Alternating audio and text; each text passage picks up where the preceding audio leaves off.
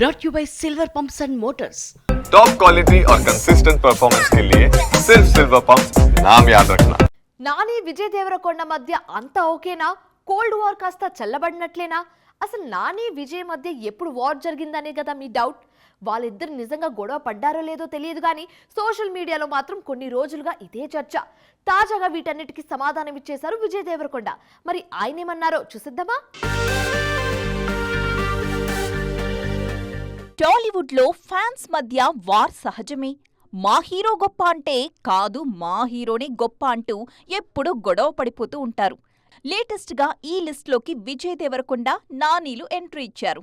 ఇద్దరి హీరోల మధ్య ఏదో కోల్డ్ వార్ నడుస్తుందని సోషల్ మీడియాలో కుంపటి పెట్టేశారు కొంతమంది. నాని కావాలనే విజయ్ని తొక్కేస్తున్నారు అనేది దాని సారాంశం. తమ హీరోల జోలికొస్తే ఫ్యాన్స్ ఊరుకుంటారా?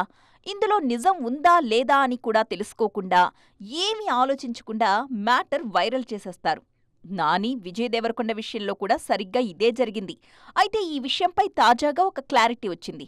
ఎవడే సుబ్రహ్మణ్యం 10 ఏళ్ల వేడుకలో అన్ని ప్రశ్నలకు సమాధానాలు దొరికేశాయి. విజయ్ దేవరకొండ కెరియర్కి కావలసిన బ్రేక్ ఇచ్చిన సినిమా ఎవడే సుబ్రహ్మణ్యం. హీరో నాని. ఆ కృతజ్ఞత ఎప్పుడూ నానిపై చూపిస్తూనే ఉంటారు విజయ్. తనకు ఛాన్స్ దొరికిన ప్రతిసారి నాని గురించి గొప్పగా చెప్తుంటారు హీరో. అలాంటి ఈ ఇద్దరి మధ్య వార్ అనే మాటే చాలామంది నమ్మలేదు. ఇప్పుడు నమ్మాల్సిన అవసరమే లేకుండా పోయింది.